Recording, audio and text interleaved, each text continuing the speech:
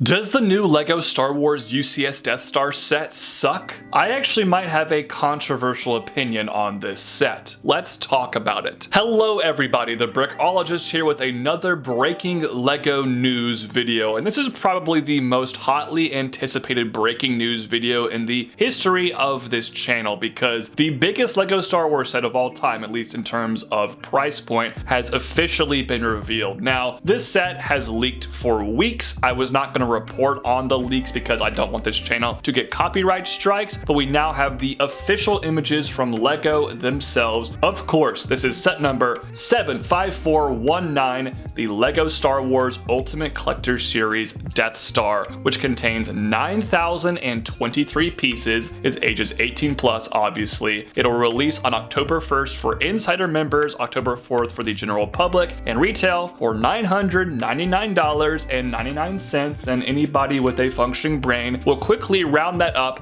to $1,000, making it the first ever LEGO set to be 4 digits in terms of dollar value. The first $1,000 LEGO set.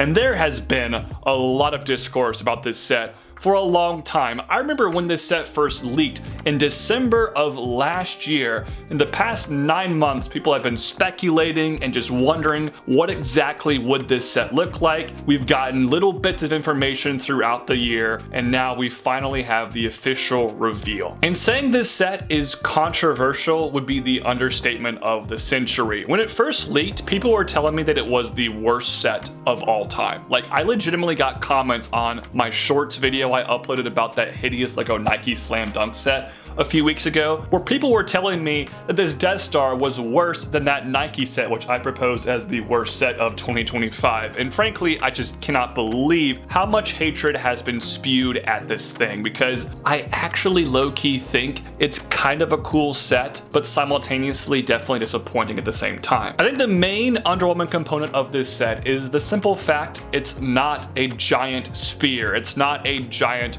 orb. It is a big old diorama, similar to the last couple of UCS Death Stars, but also different, and we'll touch on that in just a minute. But I think most of us were hoping for something like a souped up version of the 2005 Death Star. That's the only Death Star LEGO's ever done in the UCS scale that was a proper sphere, a proper orb. You know, that's no moon, it's the Death Star, right? People were hoping for something like that, with panels that could open up to reveal an interior, and that is not what LEGO elected to do. Instead, LEGO has made a cross-section of the Death Star with small diorama scene vignettes of the most iconic moments that occur on both versions of the Death Star, from the original Star Wars movie and of course Return of the Jedi, which is similar to what they did in 2008 and then 2016. And I never really liked that old UCS Death Star style. I always thought it was kind of a hard model to display. Obviously, it was kind of in the shape of an orb and you could spin it around, but the rooms always looked awkward to me, and the strange shaping, I think, hindered some of the design. I think personally that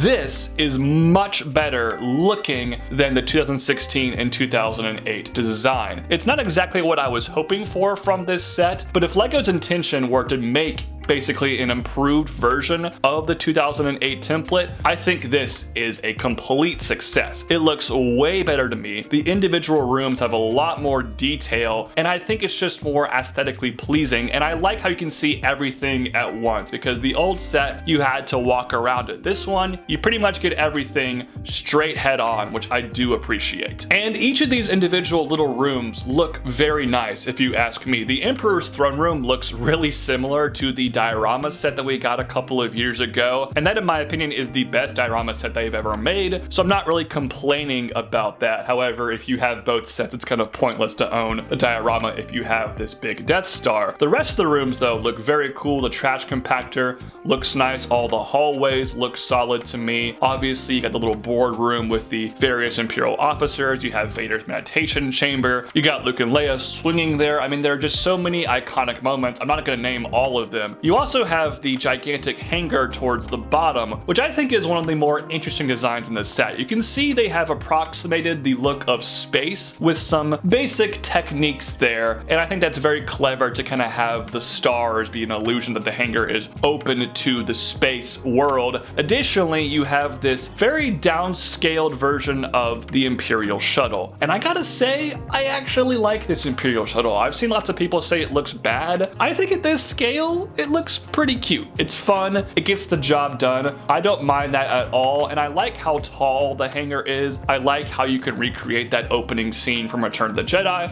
All of that is working for me. And this is a Death Star after all, so you do have the big old space laser cannon, which looks really nice if you ask me. The gunner station looks good, the design for the radar dish looks good, all the transparent green elements look good as well. I think that came out pretty nicely.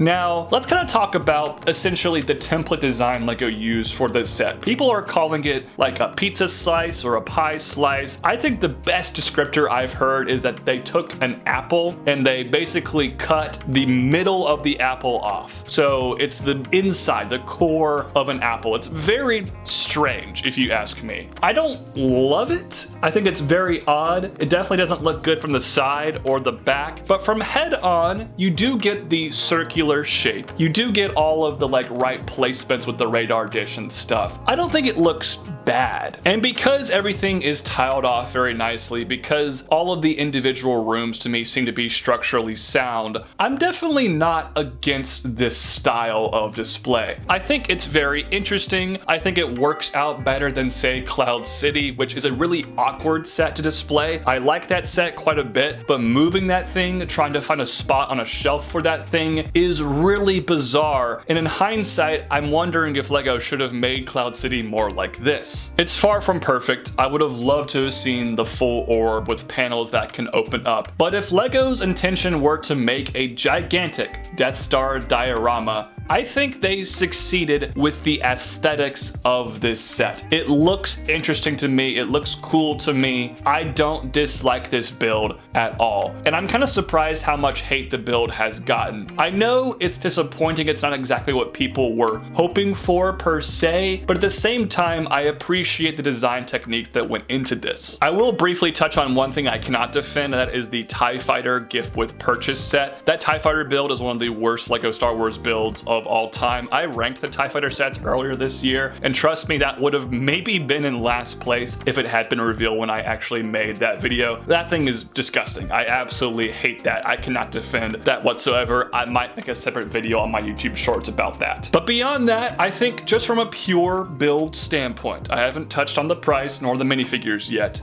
I like this. I think it looks cool. It's not really what everyone was hoping for. I've said that a million times by now, but I think it's interesting, it's different, and it's well done, and I would be happy to have this on display in my collection. So let's move and talk about what I would say are two of the other most controversial things with this set. There are three things that are really controversial. One, obviously, not being a full sphere. Two, the minifigures, and then three, the price. So let's touch on the minifigures here real quick. I'm not gonna go through every single minifigure included with this set because there are 38 of them, which I believe is a new record. I think the Avengers Tower had 30, 31 minifigures. This one has 38. And one thing I said this set needed to do was have about 40 minifigures. 38 is pretty close to 40. So I'm glad to see this set has a sufficient amount of figures. That being said, people are very upset that some of these figures are just not that detailed. And I think that's frankly valid. And this is coming from somebody who personally believes a lot of LEGO Star Wars fans, certain creators on YouTube whose names I won't name, have been entitled as of late. They complain about the smallest little inaccuracies with minifigures and no arm printing or no dual molded legs for a figure or no waist capes or whatever. That has gotten honestly very annoying to me, and it's just kind of spewing hatred into the community. But I think when you're paying $1 grand for a LEGO set, the figures should be a premium level of detail. And the thing that makes no sense to me at all is why do these Imperial officers not have the dual molded boots leg piece they used with Admiral Yularen in the Venator set just 2 years ago? LEGO has that part in production, they just didn't put it here. I don't really get that. that makes no sense to me. It's mainly the officers who I think are lacking the dual molding. The rest of the figures, there's not really too many that could have used it besides C-3PO. They already have, again, an existing C-3PO with the dual molded legs, and they just didn't give it to us. But as a big LEGO Star Wars collector, most of these are characters that I already have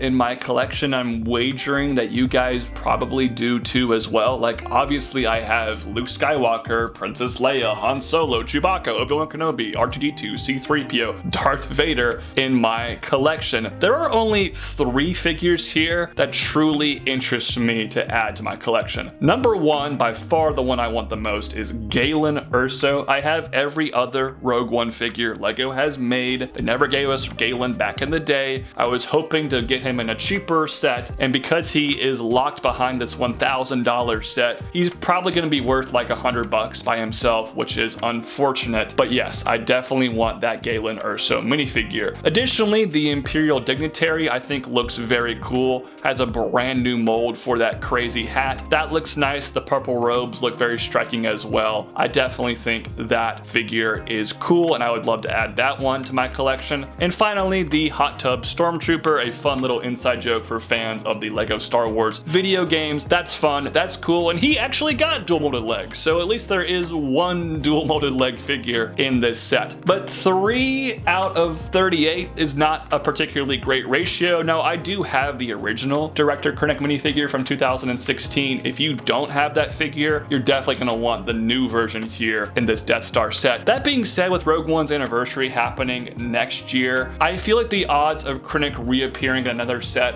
are decently high. But beyond that, the figures are just either updated versions of characters I already have, or just not new at all, like a bunch of stormtroopers and Imperial guards, like nothing crazy to write home about. They're fine minifigures, they're accurate to this set, but they're not really convincing me to spend $1 grand on it. And that transitions us into talking about the price of this set. Now, before I give my little spiel, would you be interested in a full video essay of me breaking down this price and why I actually don't think it's as bad as some people are making it out to be? Let me know in the comments down below. Now, here's the thing. Obviously, $1,000 is a heck of a lot of money to pay for a single LEGO set. I mean, seriously, you could buy, like off the top of my head, you could get the Black Pearl, Hogsmeade, and Soundwave, 3 sets that are very overpriced, for less than the cost of just this set. You could buy the Venator and Jango Fett Slave 1 for less than the price of this set. Like, seriously, you can get a lot more value, I think, for $1,000 in LEGO's current market than what this set offers. That being said, 9,023 pieces for $1,000 is a little over 11 cents per piece, so the price per part ratio isn't horrible. It's not great by any means, don't get me wrong, but it's not the worst I've ever seen. Additionally, you get 38 minifigures, and like I said, they're not great figures, but I mean, 38 is a heck of a lot of minifigures. That adds a lot of value to the set, and it's pretty big. It's 28 inches tall, it's 32 inches wide, and it's 11 inches deep. So this is a large build, and I'm curious to see this build next to some other big UCS sets like the AT-AT, the Millennium Falcon, Jabba's Sail Barge, the Gunship, the Venator, etc. So while $1,000 is like what some people pay in rent or twice a car payment,